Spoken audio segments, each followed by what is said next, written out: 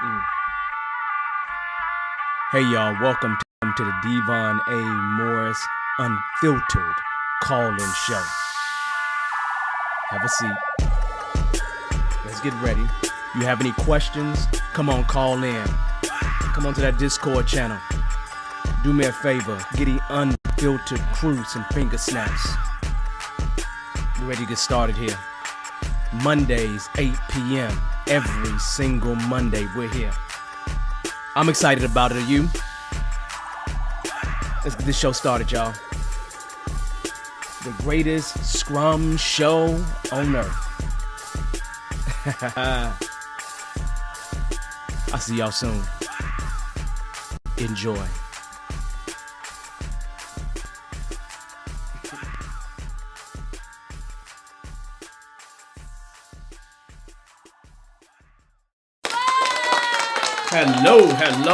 Hello. How's everyone doing today? It's another one of those things, man. It's another time for us to kind of come together, make this thing happen. We are live here on LinkedIn and on YouTube. So welcome to the Unfiltered Show. I'm your host. I go by the name of Devon Morris. So for those that are brand new here, let me tell you how it works. We're here to answer your questions about Scrum. I say we like I got an extra person here. Like I need to pull out one of my plush animals to show it to you. But we are really here to answer your questions about Scrum and Agile, even entrepreneurship or, have whatever you want to really talk about is what we're going to talk about. So the way you do that is by calling in, and I'll provide a link for you to join me on the show, or you're welcome to just put your actual questions in the chat.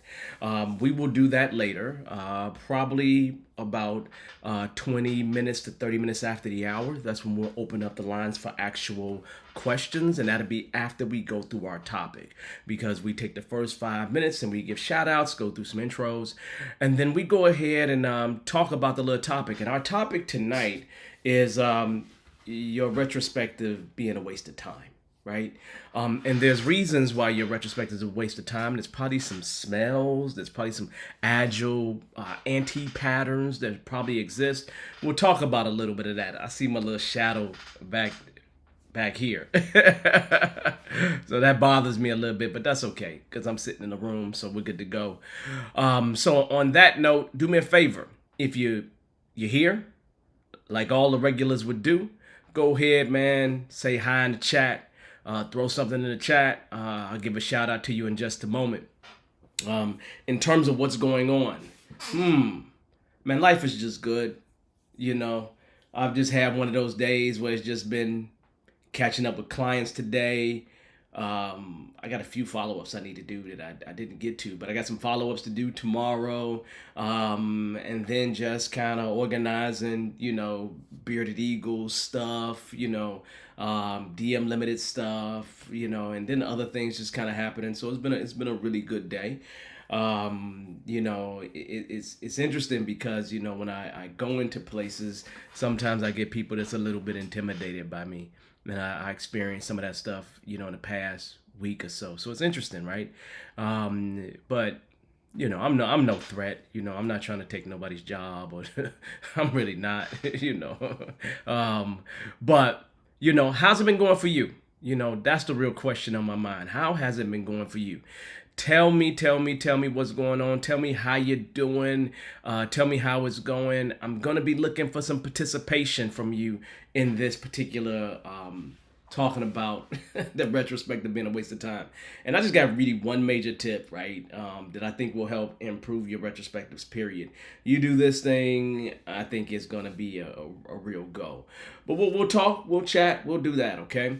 Let's see who's here. As usual, hey, Queen C19, you made it to the live. This is good. It is nice to see you, right? I don't know what your real name is, but Queen, welcome. Thank you for being here, okay? Hey, Mel, look, here we go. You know what? First timer here. Welcome. And let me get Queen this first timer here. There you go. Welcome to the show. Absolutely. Continue to join us. And just make sure that you have some fun. Bring some questions up. So first timers, I'll make sure I give you those horns. But welcome, Mel. Welcome. We got our all the way timer, the one that always shows up. Hey, Patrick. Patrick, I think you might be bigger than me. But anyway, Patrick, hey, welcome as usual. How are things going with you? Hopefully the family and your goals for this year is going well. I keep bringing up your goals. We need to have an offline conversation at some point because we got to get at those 2023 goals that you said that you had, right? I'd like to see how they're going. Let's see. Chucks, what's going on, man? You had a pretty good set of questions in the past, so bring those questions, man. So what's up? How you doing? How's it going? Y'all see I had to pull out this is my all black shirt, even though it's not a black shirt, but I just had to pull it out today, because I done slimmed down a little bit, so I can do that. That's what I can do. You understand? Let's see. Addie, how you doing? Welcome. Seeing you a lot, whole lot, Addie. So welcome. As usual, I appreciate all of you all for being here. I gotta make sure that I jump on LinkedIn as well as because sometimes I can't respond to anything. So let me jump on a couple of these things so we're good to go, because I did just forget about doing it. So welcome. Any other shout outs, please throw them in the chat. And welcome to the show. This is gonna be a good show. I love retrospectives. I love talking about the retrospective. I believe the retrospective is one of the biggest failings that people actually have. So really, we're after 5 minutes. So let's start this conversation. Let me say this, up front. I really probably in 2007 is when I really probably learned the real value of a retrospective. Okay, probably 2007, 2008, when I had my first real and true, I can't say my first real and true Scrum Team, right? Because I had them before that. But the idea is that it was a long time ago, and one of the things that happened during that time frame is I didn't have the support that we would classically have.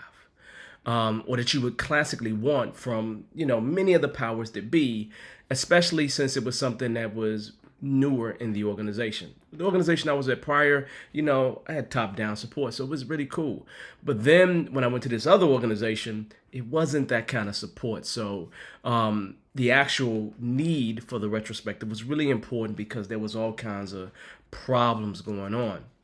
But probably the biggest problem that I see happening with retrospectives today, even as I go in and go on site and work with clients, is the fact that they don't have them. It's probably the biggest one, right? But not having them is such an easy thing to see. It really is truly an easy thing to see. So my question for you all, everybody that's here, if you're in the chat, drop your answer in the chat, whether you're on LinkedIn or YouTube. I'm gonna be able to see it and talk about it. We have this thing in our world called smells or anti-patterns, and they're normally negative things that kind of pull away from getting this thing right. Okay, and so whether you call it a smell or an anti-pattern, it's okay. But what are some of the things that you see in retrospectives that show up being a complete waste of time? Like, I really want you to kind of hit me with that, okay? What are some of those things that you see when you hear team members, and you see that they don't want to be there, they don't really see any value, they don't really care. When you see that kind of stuff, what are some of those smells? What are some of those anti-patterns that actually exist? Do me a favor, drop your answer in the chat. And you can have more than one answer. You're welcome to that, right? Because I guarantee you, you all see many of the same patterns that I would actually bring up. Okay. But I'm curious if you do. And hopefully you do. And we'll talk about them, right? I see Sandra. Welcome, Sandra. Hopefully you got that whole SEU thing down. Retrospective, her favorite ceremony is absolutely one of my favorite ceremonies, right? So it can be a challenge, right? But there's something that you can focus on, right? So that being said, what are some of those things that you all actually see beyond just we're just not having a retrospective, right? Because we're not having a retrospective is such an easy thing to say, and it's such an easy thing to do, right? And I'm not talking about. Here's what I'm not talking about. I'm not talking about those teams who are not having retrospectives because they super dope and super great and it's the best team on the planet. They collaborate all the time. They're super high performing. I find that those teams love to have the retrospectives, but at times they don't, right? So I'm not talking about that kind of team. You know that there's a possibility of improvements. You see that there's a possibility for improvements, and yet there are all kinds of things going on and really nothing is really happening in terms of it. So what are some of those smells that you actually see, right? What are some of those problems that you see? I'm real curious about it, right? So as I look here, let's see. People not being honest.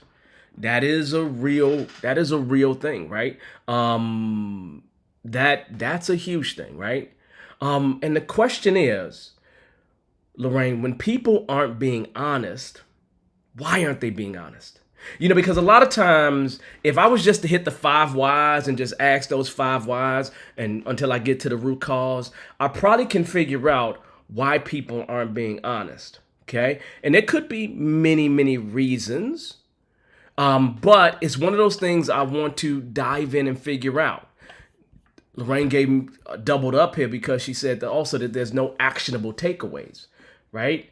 And that's probably a really big one, right? But I'd be curious as to why, right? I'll be real curious, right? Let's see, a lack of engagement, a lack of courage to speak up, right? Definitely, Asia. I always want to say Asha, but there's a reason. There's a reason for that, right? But I get down and try to figure out what the root cause is, and then we just kind of go from there, right? And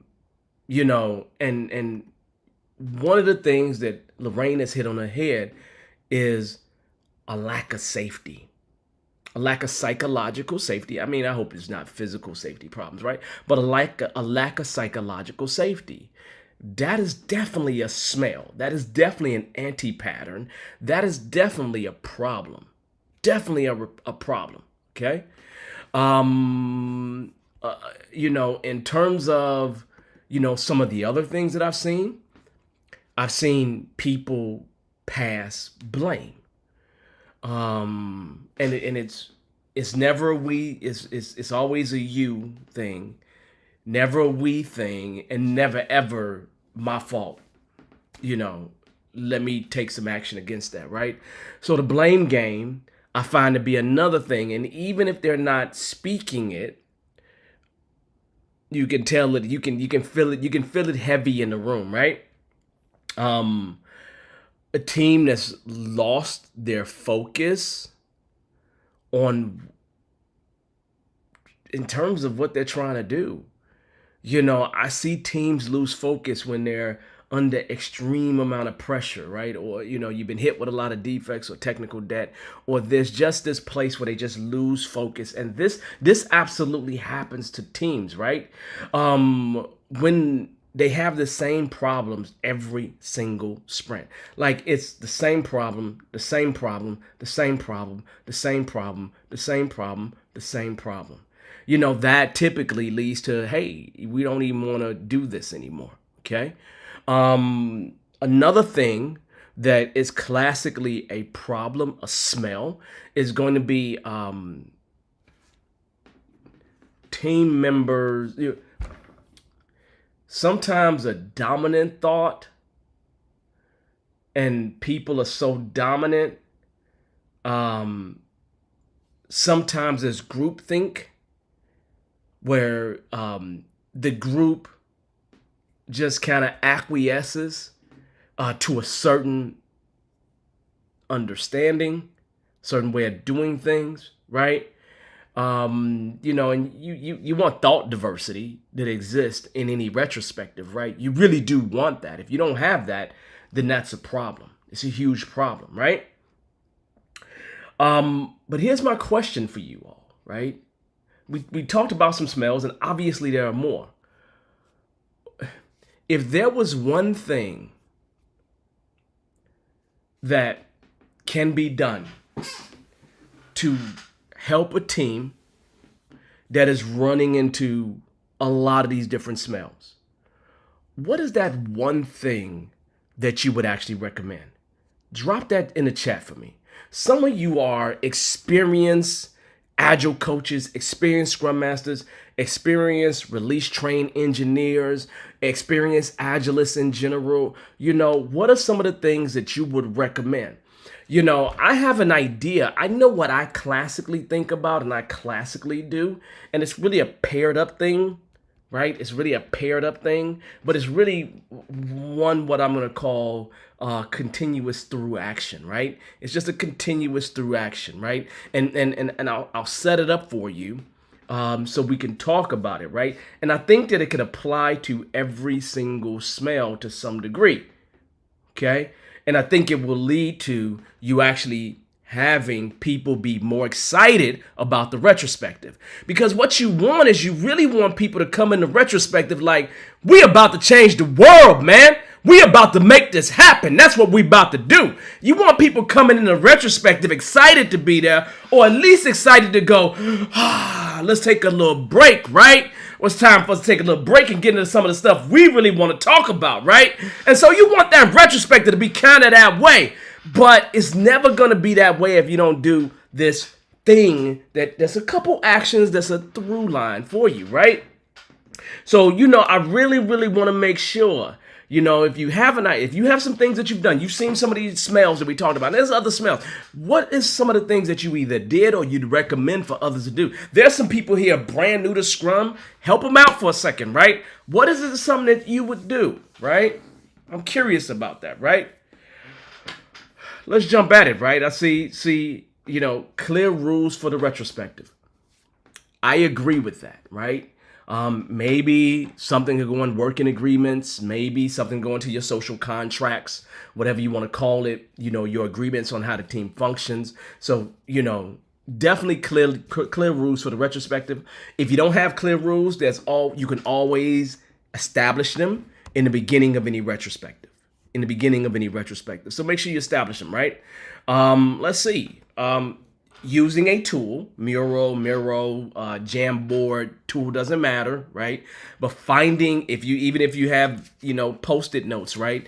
Finding a way for people to be anonymous, right? If you have those kind of things going on. So there's less groupthink. I kind of agree with that, right? So private mode could actually help with that. So and allow people to share who may not share as much, right? And then I would definitely recommend coaching techniques, right? Maybe drawing people out in terms of the conversation when you're facilitating as a Scrum Master. So yeah, I definitely see that, right? Only the Scrum team participates, right? Definitely, when Patrick brought up those rules, I definitely would bring that in the rules. I've had people show up and it was too helpful. I mean, too helpful, right? I've had people show up and it was a disaster too. But I've actually had somebody show up and it was actually too helpful, which was crazy. I had to make sure I uninvited them, right? I clearly remember that, happening. It was interesting, right? Another thing is, change it up a little bit, right? Some games that are geared toward achieving the same goal, lighten the mood. You can, set the stage. You can begin with icebreakers, team building activities. There are all kinds of things that you can do. But here's my like threefold recommendation for you, right? the one thing that is that through line that you can do. And it's just a through set of actions that you need to do, right? But I consider it to be one thing. So understand when I say it to you, right? The first thing is make sure that there are actionable action items that the team can work on. You hear me? We all come up with things, improvements, but they have to be actionable. Okay? When I say actionable, communication is not actionable. How are you going to improve communication is the problem, and they should be bite-sized. They should be able to be done in a sprint, right? So they got to be something that is actionable, and it has to be something that's in control of the team. These are the kind of improvements you want to have, okay? Now, tie that to this next concept because they go together, and it's something that you need to make sure happens. When you get out of the retrospective, you're going to probably pull some of those actionable action items into a sprint. Does that make sense? You're probably going to do that. You maybe even bring it up in sprint planning, but you're going to make some commitment to one or many of those improvements and make sure that you make time for those improvements. Now, what am I really saying to you? The one thing that you can really do is make sure your actionable action items that are in the team's control are transparent. There are something that is completely visible to everyone. They make time to action them, and then we can take the time to inspect and adapt. So realistically, I'm going back to the Scrum pillars and saying you really just need to make sure that you have some transparency in those actionable action items in the team's control. And so when they're working on them in the very next sprint, everybody understands, they know, right? And they are committed to getting them done. And you can see at the end of the next sprint, when you get a next retrospective, did we work on those items? Did we not? Did something prevent it? Whatever it was, right? So when I say that to you, it's a through line to it. And that transparency is the through line because you get that transparency when you come up with the actionable action item that's in the team's control. I get you as a Scrum Master when things is not in their control, you're going to escalate those things. I agree with that, right? I'm not saying that, right? But I'm not talking about those things. Still do that stuff. But those things that are in the team's control, those actionable action items, make sure that they are transparent throughout. You evaluate them, see if you accomplish them, and keep on moving. What that is going to do for you is something really simple. It is going to put you in a position where now the team here, the Scrum team, and everybody else outside the Scrum team knows what kind of improvements we're making. And they likely will find some ways to actually support those improvements. Now, I don't care what tool you utilize. That doesn't matter to me. I'm fond of index cards if we are face-to-face, right? Or if some other fancy tool, because there's a lot of collaboration tools that actually exist. If you want to put on your Kanban board inside of whatever tool that you got, hey, it's no problem. Do that. You understand? However, this is tool agnostic. You need to have transparency in those actionable action items, something the team has control over, and you need to work on them, do them, get them to some done state, and the team should be working on them. It shouldn't be the Scrum Master's problems. Most of the time I walk away as the Scrum Master with no actionable action items except for the ones that are in the team's that are not in the team's control. Does that make sense? Unless I need to help them in some kind of way, right? So that being said, that's that, right? But again, there's lots of smells. There's lots of smells here, right? But how you deal with that is that you got to make sure that you get that through line of transparency from within the retrospective, those things going through the actual sprint and being able to talk about them in the next retrospective so you can actually see those improvements start to pile up. And then you'll see just these bumps of improvement that happen. Bumps of improvement, right? And you want to see those bumps of improvement happen so you can be good to go, okay?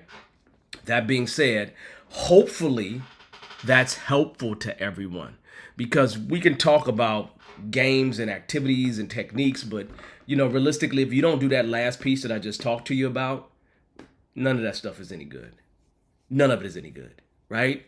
You need to make sure you do exactly what I just told you. Okay? So on that note, that's how this thing works, people. We talk about a topic and then we just dive in and we just move forward. And now it is time for me to open up the actual chat for, guess what? Questions. So if you have questions, do me a favor. Throw them in the chat. However, people that join the show take priority. Just don't forget that. So what I'm going to do is I'm going to drop in the chat the actual link where you can join us. And you are welcome to join us ASAP. Or you can start dropping things in the chat immediately right now as we're speaking. I'm actually going ahead and I'm going to go ahead and make sure I drop it on YouTube as well, which I'm doing right now, so then we can be good to go. And it just don't want me to get there, but that's okay. I'm going to get there real quick. Okay. So questions that you have about Agile, Scrum, any other topics, just go ahead and jump in and throw them in the chat, or go ahead and do me a favor and come join me on the show, virtually with the link that I just provided. Just know you're going to a green room. I'll pull you into the green room, and then you'll wait till I bring you on the show, and then but just, you're gonna come on the show though. Just make sure that you you can't watch the show and be on the show with the volume up on that, because you'll start getting feedback and everything else. So we don't want to do that, right? So we want to make sure we're good to go. So on that note, I'm feeling good. Hopefully that, and here's the deal. If you have questions about the retrospective, that would be even better for tonight. That would be even better for tonight, okay? Now, I know I'm a grown man. I'm not drinking real beer because I don't drink alcohol. This is just a little ginger beer, right? And so I told myself, as a part of this little workout routine I'm doing, I'm going to have me some little ginger beer, Reeds or whatever. So, that being said, drop your questions in the chat or go ahead and come join me. Either or works for me. This is not an advertisement. I don't advertise for anybody. I would have ripped this whole thing off if I had time. Well, if I would have thought about it. So next time I will.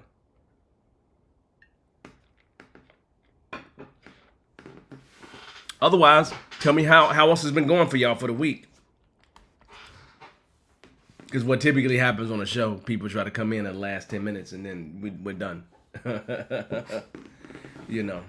So yes, the ginger beer is supposed to be healthy. It has the strongest, at least I got the one that got the strongest ginger in it. 200% more ginger than the original. That could mean that they had 1 gram of ginger and then they added two more grams. That would be, I don't know if that's a big amount or small amount. I don't know.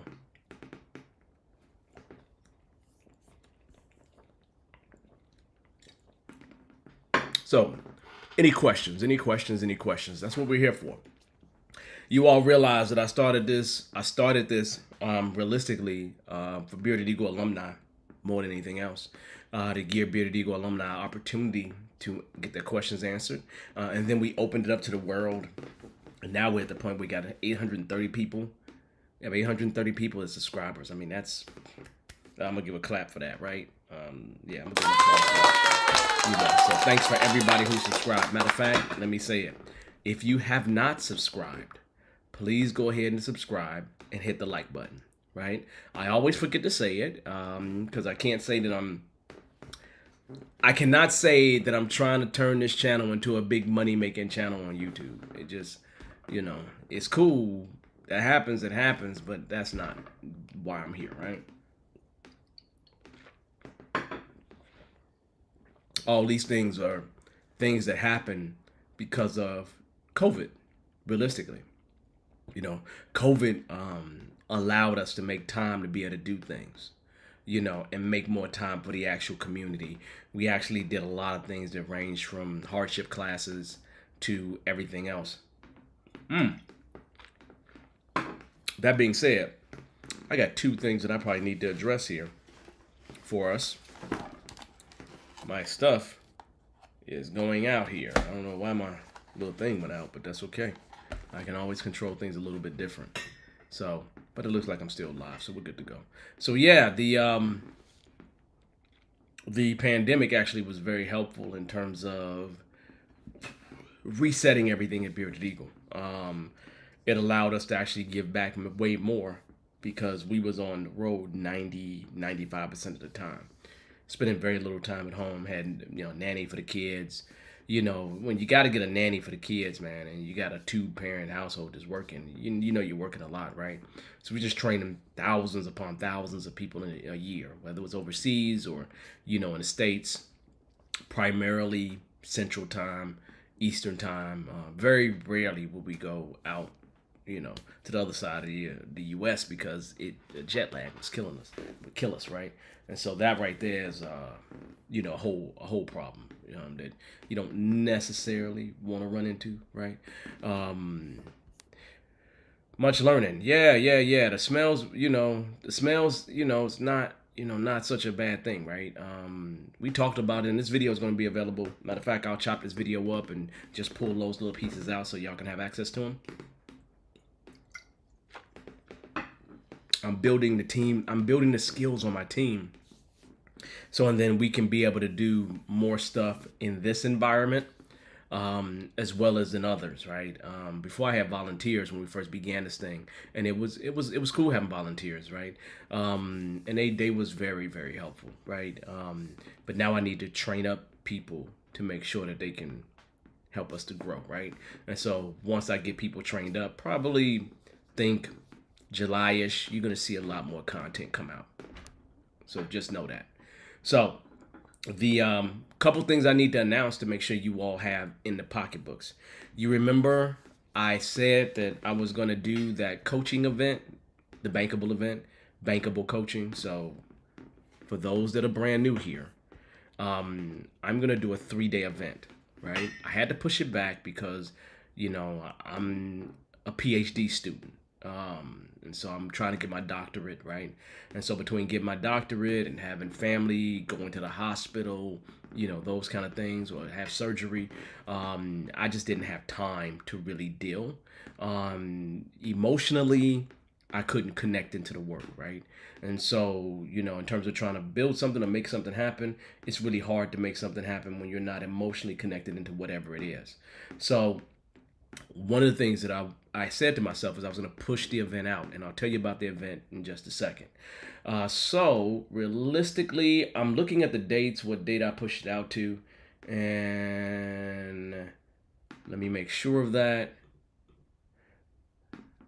Yeah, there we go. That date is going to be pushed out to June 1st. So June 1st, and I will make a big announcement next week. June 1st, 2nd, and 3rd is when I'm moving out the bankable event, right? And what is the bankable event? It's for coaches, scrum masters, speakers, trainers, taking the skills that you have and making money with it, making them bankable. So I'm calling it the bankable event. I've been able to make my skills bankable. And I've been able to turn it into a whole multi-million-dollar company. So realistically, it's something that a lot of people have asked me about in terms of mentoring and everything else. And we're going to do that in that event. And the event's going to be like 97 to 297. It's going to be something like that, right? So it's not going to be a lot of money, but it's going to be a lot of time. 3 full days. I'll say 4 to 6 hour days is what's going to happen. So it's going to be a lot of content in there. So just make sure you put that on the calendar. June 1, 2, and 3. So June 1st through the 3rd is when we're going to have that bankable event, right? And so it's one of those things. Oh, look at that. Man, Tom, how you doing, man? You know, Tom, I told myself I was gonna come down and visit you, man. Then this summer, I'm gonna come visit you. That's what I want to do, right? You know, because I just need to shake your hand. You kind of retired a little bit, so I need to come shake your hand. This guy right here, Tom Miller, I tell you all periodically, as I say, he's my godfather of Scrum. I don't, he's really my godfather in Scrum. He's the one that really got me into Scrum, right? At State Farm, right? So if I tell you that I did Scrum at State Farm, he's the rebel. He's the rebel. Okay, so Tom Miller is that rebel. Literally, he is that rebel. And I couldn't, I'm gonna be truthful. I remember, I remember sitting there with Tom and talking about Scrum in an event, in a training where we was learning how to do the waterfall process. He's like, we're not doing this. We're doing Scrum. You need to go take this class. I remember that. I'm like, this dude is crazy. Like, this dude is crazy. How you gonna change your whole company? And I just looked at Allstate, and Allstate had 12% of vehicles on the planet Earth. Like, they had 12% of. State Farm had 25%. You understand? You think these companies, they're 1 and 2, but it's a big difference between the 1 and 2. So he over here trying to change the whole flipping company of State Farm. Like, dude, you crazy. I didn't understand. I was definitely intimidated by that. But I'll tell you something. Yeah, that being a rebel, I learned that. I definitely learned that from him. And I would tell you something that it actually did for me that's really important. And these touch points, a lot of you all hopefully are getting, right? I'm going to tell you something that it did for me. We're talking about 2005.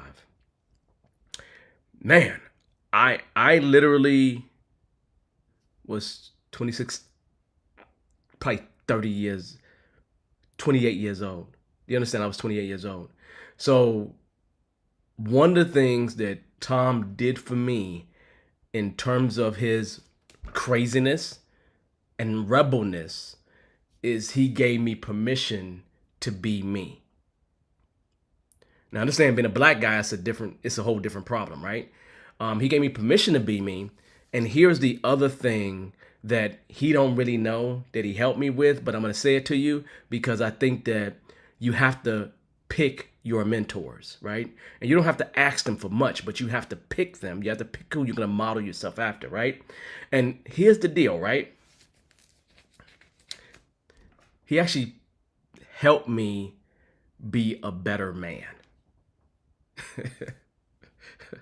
This is no joke. Like, I've had men in my life all the time. I find my mentors. I pick them, right?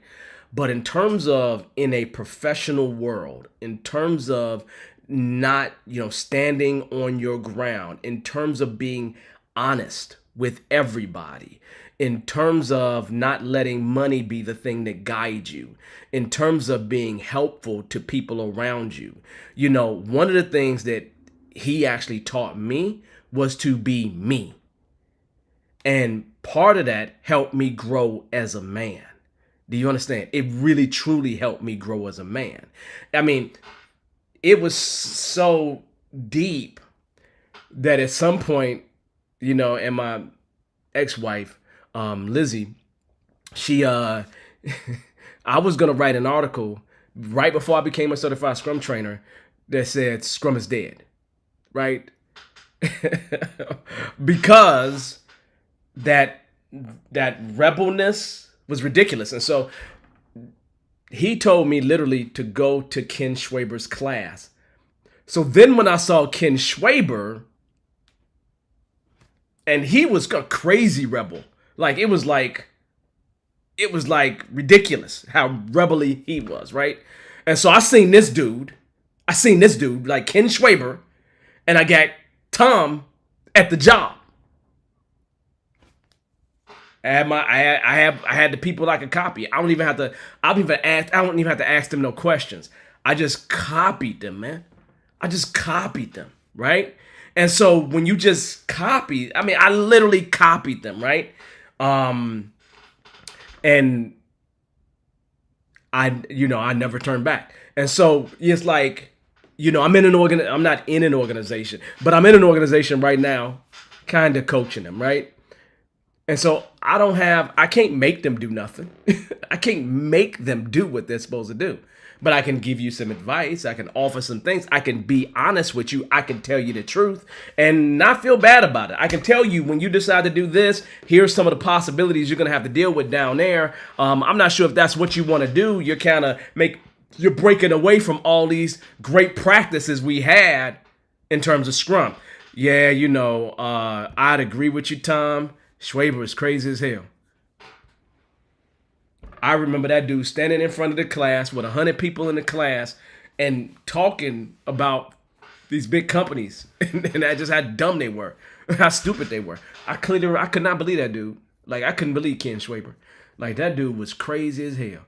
I couldn't believe him. Like, it's an experience, man. In those early days, I wouldn't even know. Can't say I was in the early days, 2005. I'm not sure if I was in the early days. But the idea is that when I met Ken, I looked at him and I was just like, this is the Scrum God. That's what I thought. I said, this is the Scrum God. I mean, if I can be remotely or an ounce like him, man, I'd be super dope. Super dope. And I think I achieved it. So thank you, Tom. Yeah, I turned out all right. I turned out all right, created a little company and, been a rebel enough to where I got a lot of people that don't like me for no reason. I just don't pay attention to people. I don't do nothing. I'm a nice guy. I really am. I try to be nice, right? Well, if I'm not nice, it's not because I'm not being nice. I'm being nice and telling you the truth, right? So I have no truth. I don't have no problem telling you the truth. If there's one thing you're gonna get from me is you're gonna get honesty, right? And so I'm gonna be honest with you, right? And then go from there. Yeah, absolutely, absolutely love it, man. So always hats off to my godfather in Scrum. And so in class time, I'll tell you this, right? I tell people you're my godfather. Then I say, but Ken Schwaber is my grand godfather. That's what I say. Even though he trained me, I say Ken Schwaber is my grand godfather. And the reason why I always say that, so you all know, and this is more history you need to know. But nobody's dropping any questions, so I'm gonna continue talking. The reason why I said that is because Ken and Tom was tight, right? I don't know how tight now, but it was really tight. And Tom had a direct line to Ken Schwaber that was unbelievable. Like, I'd never had a direct line to anybody like that. Well, I have a direct line to Tom. That's all I really needed. But I never asked. I don't ask people for anything, right? But the idea is that I knew I was learning from the master who was learning from the master. So I was getting masterful stuff. And I think I'm real big on genealogy. So I think your through line, your genealogical line in terms of Agile means something. I think it means something, right? I do, right? And so it's one of those things that I will ask people who trained you, right? Because it means something. Because I know that if you was trained appropriately, you're probably going to think a little different. You're probably going to think a little bit out the box, right? It's a whole different deal when you don't have to be, when you put yourself in a position where you don't have to be worried about taking care of your family as much, when you're okay with getting fired. I get fired a whole lot. I've been fired. Well, I've been fired a whole lot, and I'm good with that, right? But I've always landed on my feet because the one thing that I've been is full of integrity. I've taken the time to actually make sure that my skills were bankable. That's the key, right? And by making my skills bankable, I put myself in a position where I can get fired. You understand? Why I can get fired. And I didn't do it by going in and becoming an employee. Every time I became an employee, I got fired, usually within 6 months. So I have a fear of being an employee. But I don't. I just know I don't play politics very well, right? And since I don't play politics very well, the way that I was taught is just don't deal with them politics, go around all the politics, go through all the politics, be as transparent as possible so they can't play those games either. And people don't like that. The people that want to play those games and live within those kingdoms, they want to keep their kingdom, right? They make money that way. They feed their family that way, right? Through those politics. And I understand that. But, unfortunately, I'm probably a kingdom killer because I'm actually not going to acquiesce to your lies. And I'm going to make sure that we do what's in the best interest of the people and the organization, to make sure that we can achieve as much as we can achieve. So it's just a different place to be. And if you're not down with that program and you're on some kind of agenda, it doesn't matter to me because I don't have an agenda. But do whatever you want to with your agenda, but just know I'm going to be honest with everybody around. And here's the good thing. The people that bring you back to their organization, they absolutely love you. The people that don't want to have you around, they're just running around with their agendas. And so I'd rather go back to people who love me, right?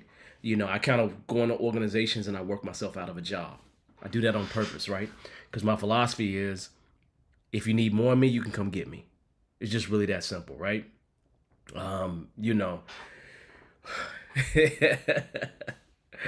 Politicians, what do they produce, deliver? Most of the time, nothing.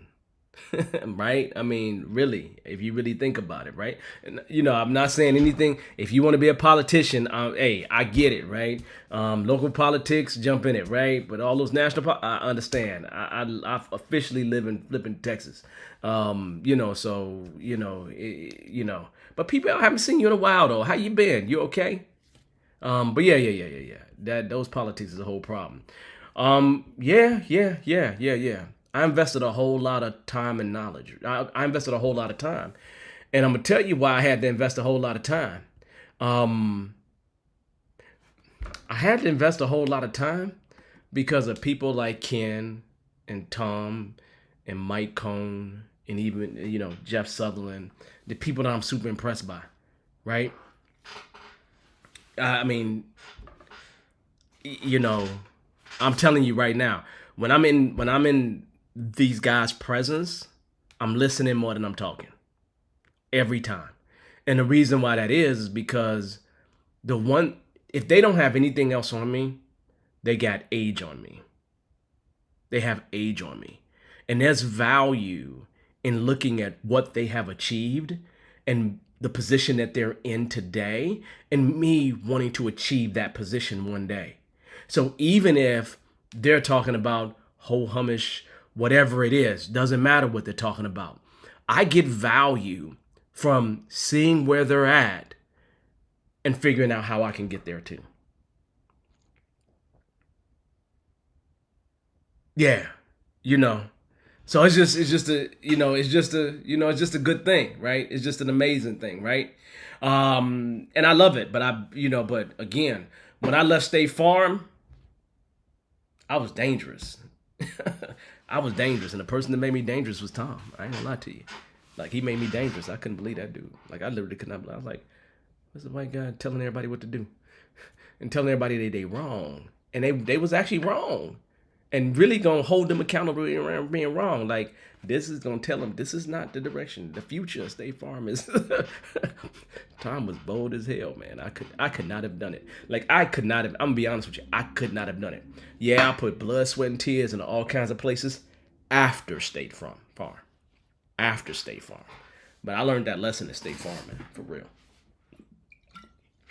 But I love it, man. I love it. When I went to Capital One after State Farm, I was a beast. But I still was learning because there were people who they had metrics. It's solid people, people involved in Six Sigma. I'm like, okay, I can get something out of that, right? And so I just always been this forever learner. State Farm did not fire me. Right? They did not fire me. I left State Farm because I knew I couldn't do what Tom did. That's the reason why I left State Farm. Yeah, State Farm. And I wasn't officially an employee at State Farm. I was actually a contractor, and State Farm did not fire me. I left. And I'm gonna tell you why I left. I got a note from a contracting agency working for Capital One, and when they sent me the letter, I printed it, right, and my salary doubled. They sent me an offer where my salary doubled. Like it doubled just in one jump, right? You know, yeah, I wasn't there long enough to get fired. Yeah, I left. But I jumped. I literally jumped. I jumped because I was getting paid double the amount when I actually, I left the whole house I was building from 1895. I remember the address 1001 Elder Street. I mean, I was trying to be there for real. And then they put that off on the table and I was like, I'm out.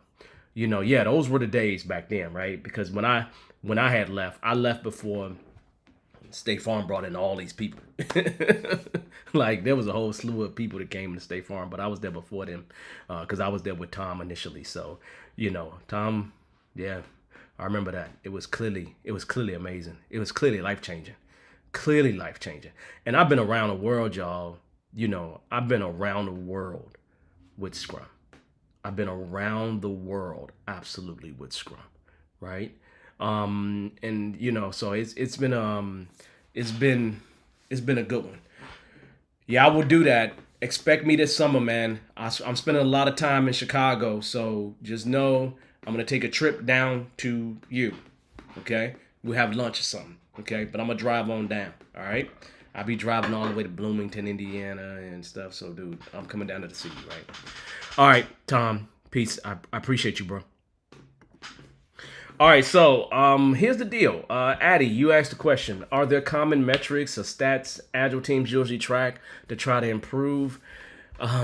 People try their best to do things like story points, utilize that to improve. Um, you can think about return on investment. As a metric that you can utilize. That's a little bit harder because you can't measure that as something that is an improvement from sprint to sprint to sprint. People will get as simple as a happiness metric, where teams on a scale of 1 to 10, one being unhappy, 10 being super happy. They'll put some metric out there, maybe even average those things. So you might see something like that. I think all of those things are, truly lagging metrics. A lot of things happen as a field with the team, but there are common metrics in the agile space. But what I'd be more concerned about is it's almost a feel to it. It's almost a feel to it, right? Because if you're having your reviews and retrospectives like you're supposed to be, what you'll start seeing is the team getting better. The team getting better is probably the biggest thing that you want to see. Is there one metric that shows you that the team is getting better? No. That will be a combination of things that actually work for you, right? Of things that work for you. But yeah, Agile has all kinds of metrics. The problem with any metric is that they can be gamed. So I definitely would be thinking about team kind of metrics, ones that encourages the team because the people are going to do what they can to actually just meet the metric, and they will work toward the metric, whatever metric it is. When I think about things like that motivate people, those things are purpose, autonomy, and mastery. Once you take money off the table, obviously as a scrum master or an agile coach, you probably don't control people's salaries, but people got to be paid enough money. Again, that's in a book called Drive by Dan Pink, but I think it goes deeper than that, at least from what I'm learning in my PhD program, in terms of motivation. So there's ways to deal with that, but normally I've seen all kinds of things that can be utilized. Just know that most of those things that can be utilized are lagging metrics, in terms of trying to see improvement. The best improvement you'll see is in the interaction of the team and how they're working together and how they're collaborating. How in the retrospective they can be honest with each other. You'll see those kind of things, and those things are really hard to measure. So it's like, the things associated with a good team. But you can, you can game any metric is the problem. Let's see. So good question, Addy. Good question. Velocity plus whatever else you want to do. I'm gonna be honest with you, man. I'm not at the core of me. I'm not a supporter of estimation. I'm just not. I remember working at USA, and we did estimates using gummy bears to see what's going to work, and it worked. So you can estimate in so many kind of ways and come up with velocity in many, many different ways. Like we can deliver 5 gummy bears a sprint, and that doesn't go out nowhere, right? It doesn't help you in terms of forecasting or anything like that. The only reason why you need to truly forecast, the only reason why you need to have a velocity, for those that don't understand, velocity is average story points completed. The first problem is most teams get velocity wrong. They don't even estimate velocity correctly. Okay? And then once they get those numbers, they don't use those numbers for anything beyond, we did 30 points last time, we should be able to do 30 points this time. And that's really it. When most teams can actually take a good gut feel guess on what they believe they can do in a sprint. Now if you need to use those kind of numbers to estimate what you think you can get done, like if we're doing 30 points a sprint, we got 10 sprints to go, we know we can do 300 points, that kind of stuff you can do with velocity. But does it say that the team is improving? No, it doesn't say that. Yeah, even your velocity is going up, it doesn't necessarily mean the team's improving. So it's just one of those things where, again, unless you're using velocity for something beyond just making another commitment, it doesn't help you a lot. Okay, it just doesn't. Doing gummy bears virtually. We'd have to have a conversation about that. I'd have to think about that. We did it as a way to hide our estimates to some degree. But how would you do it virtually? That's a good question. Maybe we had to talk about that sometime soon. Other ways to kind of estimate, right? But it's something to think about, okay? Key focus should be on delivering value. Metrics will start to evolve around you as you deliver. I couldn't say that any better. I agree with that 10,000%. You want to focus on delivering. You want to focus on delivering value, right? You really, really want to focus on delivering value. If you can focus on delivering value, then, it's like a team that's winning games. When a team is winning games, they kind of get happier, right? So metrics, if you allow a team to do what it's supposed to do, the team will figure out the right metric that they want to have. The only thing you got to worry about is the higher ups, right? What is it that they need to make their decisions, right? When you're in the real world getting paid by somebody else who wants results from you, they probably want some way to measure that. But the best thing to give them is value. Like if you delivered something every day or every single sprint or every single week, they probably shut up about most metrics, because the only reason why they're asking for the metric is because they want to see stuff being delivered. So they believe that whatever metrics you have is going to be a leading measure. It's going to be a leading indicator of your ability to deliver something, and it isn't. It usually is not. And so you want to make sure, I agree with you, Patrick, is the whole point, right? I agree with you wholeheartedly. All right, people, we're rounding out now. We're going to go ahead and ask a couple questions, right? I'm going to ask one question here. What should we talk about next week? I'm curious. What do you think?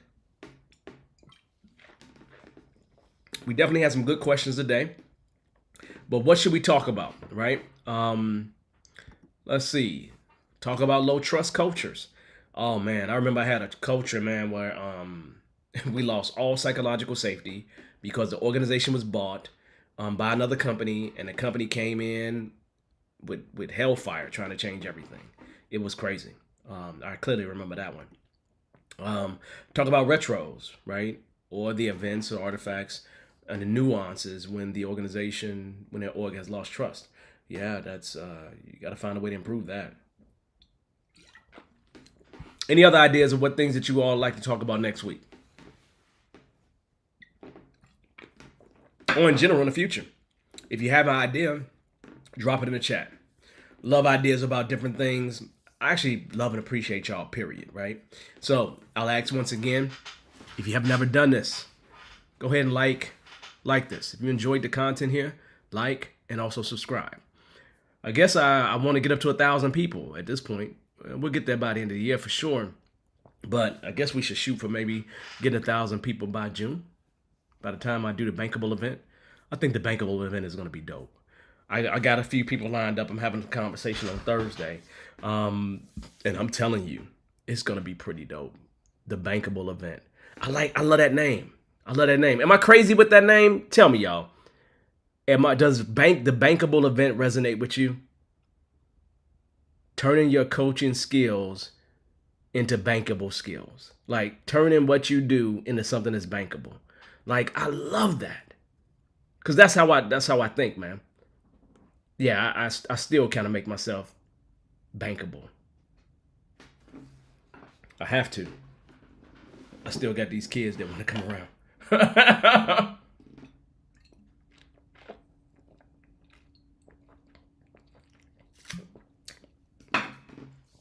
So the bankable event works. This is good.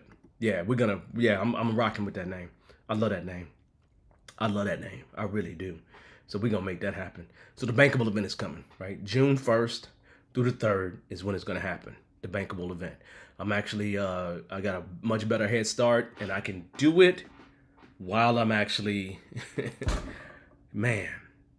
It's been a good year, y'all. I can't even lie. It's been an amazing year. So on that note, we're out of time, y'all. I always appreciate everything here. Thank you for showing up on these Mondays. You don't have to be here. We're gonna start getting more content out during the week. So just know that stuff is coming as well. And just make sure you come back next week. We're gonna pick a topic of some kind. It may be, I don't know, it may be something interesting. So we'll see. Patrick, I appreciate another great session, my brother. You are on the money with the name and the idea. Yeah, the bankable event is coming, man. So we're gonna make that happen. But that 3 days, 3 days for like $97, $197, whatever it's gonna be. 3 days for that, 3 full days for that is gonna be ridiculous. It is going to be ridiculous. I'm actually super excited about it, right? I'm super duper excited about it. So yeah, y'all, it has been a pleasure. I appreciate every single one of y'all. Look, make sure you have an absolutely amazing week, because I know I am. And if you're not going to have an amazing week, think about my butt and how amazing my week is going to be. I don't care if people are trying to drag me. I'm having a great week. You understand where I'm coming from? Don't let anybody mess up your whole chi this week. Have the greatest week possible. Make sure you do that every single week. And in a couple months, we're going to turn that mess into something that's bankable. Hey, y'all have a good one. I enjoyed it. Good night, everybody. I'll see you next time. Peace. Enjoy the journey.